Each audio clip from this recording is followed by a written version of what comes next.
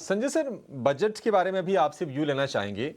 Budget को लेकर भी अब कहा ये जाता है, जब से जीएसटी वगैरह आ गया कि एक तरह से नॉन इवेंट सा हो गया, और ऐसा होता है कि सरकार अब तो साल भर डिसीजन लेती रहती है, तो एक तरह से अभी भी एनुअल डॉक्यूमेंट तो है, बट शायद रेलेवेंस धीरे धीरे कम होता गया।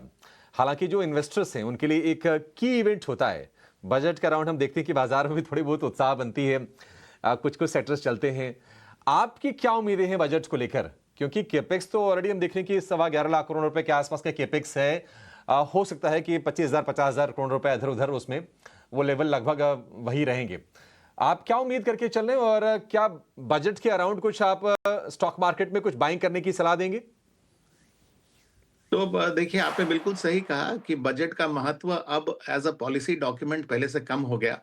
पिछले साल ही अगर आप देखें तो बजट के बाहर बहुत सारी पॉलिसीज अनाउंस हुई, जिस तरह से न्यूक्लियर पावर का प्राइवेटाइजेशन, या फिर आप डिफेंस प्रोक्योरमेंट को देखें, या फिर सेमीकंडक्टर की पॉलिसी को देखें, तो ये सब बजट के बाहर रहता है।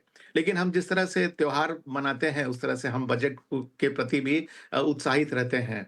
मेरे ख्याल से बजट का जो महत्व है वो दो कारणों से है।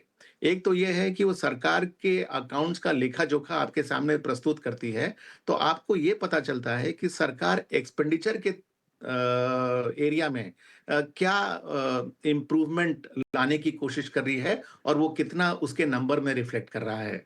और उसके साथ प्रोस्पेक्टिव अगले साल वो इसमें क्या-क्या पहल लेगी, उसका एक बहुत बड़ा इम्प्लीकेशन गवर्नमेंट की बोरोइंग प्रोग्राम पर होती है, और उसका असर जो है वो बॉन्ड मार्केट पर भी देखा जाता है।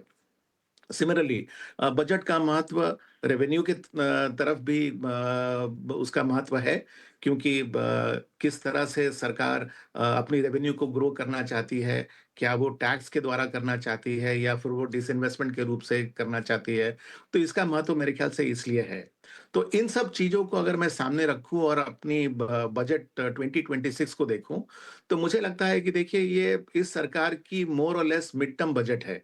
और इस बजट में वो कुछ मेजर अगर प्रोजेक्ट्स की अनाउंसमेंट करेंगे, तो वो प्रोजेक्ट अगले इलेक्शन के पहले ही एग्जीक्यूट होने की उसकी संभावना है।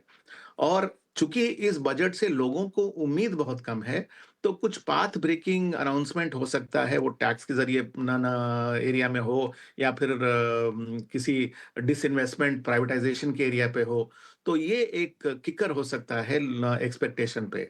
तो इन सब को सामने रखते हुए मेरे ख्याल से जिस तरह की गिरावट हम लोग अभी हाल के दिनों में ईपीसी कैपिटल गुड्स के स्टॉक्स में देख रहे हैं, मेरे ख्याल से एक अवसर पैदा कर रहा है ये गिरावट हम लोगों को एक छोटी सी पोजीशन इसमें बनाने के लिए, बजट के उसको ध्यान में रखते हुए। साथ ही साथ मुझे लगता है कि सरकार अपने फिस्कल डिसिप्लिन को कायम रखेगी, और इसके कारण जो बॉन्ड मार्केट है, उस पर भी अब एक स्टेबिलिटी आने की संभावना है, क्योंकि पिछले साल जब जीएसटी रैशनलाइज़ हुआ था, उसके बाद ऐसी उम्मीद की जा रही थी कि सरकार अपनी इंफ्रास्ट्रक्चर स्पेंडिंग को कम कर देगी और फिस्कल डेफिसिट कंट्रोल में नहीं रहेगा।